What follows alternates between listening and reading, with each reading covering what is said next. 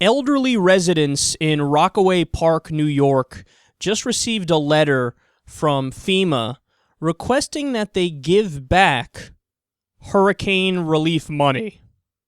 Gawker reports on this, quote, apparently they weren't technically eligible for such aid. The individuals who received these letters were told the aid they got was for temporary housing, but because they were put in emergency shelters funded by the state, they retroactively do not qualify for that money. But it gets worse. It's not just that senior citizens are being told, hey, you owe us thousands of dollars now. Thank you. We appreciate it. It's also handicapped people.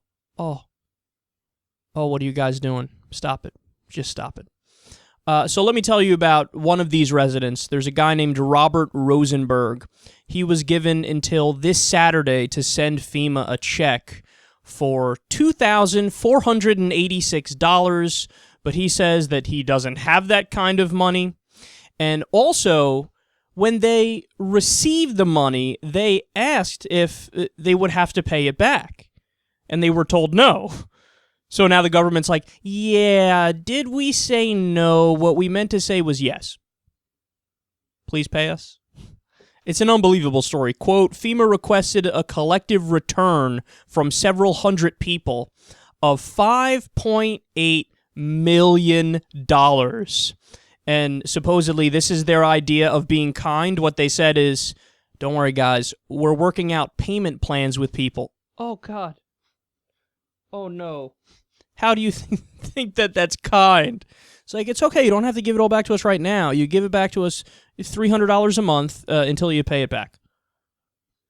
All right, this story gets under my skin so much because stop and think about what they're really doing. Just because somebody's given a state-funded emergency housing, therefore they're not entitled to $2,486, for example, in this one guy's case, to have some food? I mean, to use that money elsewhere? So if your house gets totally destroyed, if your business or your livelihood gets totally destroyed, your whole town, the area where you're from, is basically wiped off the map. So you can get some emergency, some shitty housing funded by the state, probably a one-bedroom place. And then, God forbid you get a penny more, God forbid you get a couple $100 a week to make sure you can get a ham sandwich. That's not allowed? Then they're going to fucking charge you? They're going to tell you, no, we fucked up. There was an accounting mistake. Give us the money back. Even if it was an accounting mistake, and by the way, I believe them that for whatever reason this money wasn't authorized to go there, but it ended up there anyway. I don't care. I don't care. You know what this reminds me of? I know it's a silly thing to bring up, but remember when you got an answer wrong on a test when you were in elementary school and you go up to the teacher and you'd mention it and then the teacher would say, well, since you were honest, we're going to let you keep the points. So your 85 stayed an 85 and they didn't reduce it to an 80. Now, that's a little gesture, right? But it means a lot. It means a lot. So even if there was a mistake and you got it, I mean, to go back now and have to give the money back when you don't have the money, in this case, I mean, that's insanity. And then when you look at the rest of the budget, you start to bang your head against the wall.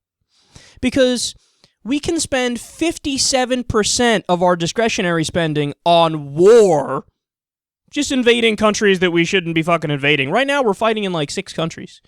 Did you know that? Iraq, Syria, Afghanistan, Pakistan, Yemen, Somalia. Some of them is just drone strikes, but of course that is fighting, that counts. And others were, on the ground and whatnot. But we're fighting in 6 different places. We can, all day long, we could just bleed money for that stuff. I mean, what? What do you need? More tanks, more Humvees, more anti-aircraft missiles, more small arms? What do you want? Whatever you want, you can get. KBR, Halliburton, Raytheon, Boeing, defense contractors. The fucking treasury is open to you.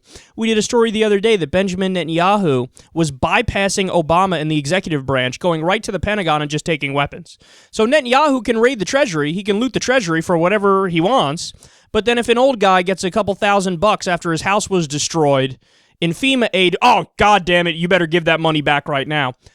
I mean, look at the amount of money that ExxonMobil gets in subsidies, $4 billion a year, okay? And that doesn't even include the special tax breaks that they get, which I'm not counting. If you count that, it's a lot more.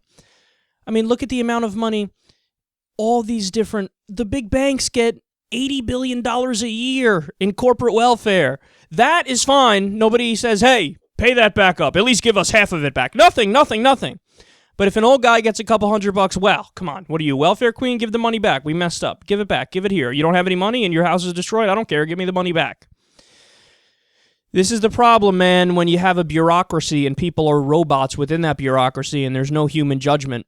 And this is also what happens when people are disconnected from the problem. If there's some big wigs sitting in some government agency in Washington and they see an accounting error, they don't view this as human beings. They don't view this as people who might need that money. They view it as, oh, that money wasn't allocated to the right place, take it back. Meanwhile, again, all the money that is being properly allocated goes to dumber things, goes to more ridiculous places. I mean, pork barrel spending is another example of this nonsense. We gave millions of dollars to fund a shrimp museum in Louisiana. So that's fine, pay for that all day long, but God forbid a guy gets a couple $100, a couple $1,000 after his house is destroyed in Hurricane Sandy. This is why people are so frustrated. This is why Congress has a 9% approval rating. This is why everybody looks at the American political system and they're fucking embarrassed by it. And they're pained by it. This is why, because of stories like this. Stop the nonsense, man. I don't care who makes the decision. If it's got to go to the executive branch, let it go there. If it has to go through Congress, let it go through there. But come on, let's be human beings. Let's be rational here. Let's have a heart. And let's say, okay, the $5.8 million that was misallocated and went to the wrong area for FEMA spending, we're going to let it slide because those people probably need the money anyway.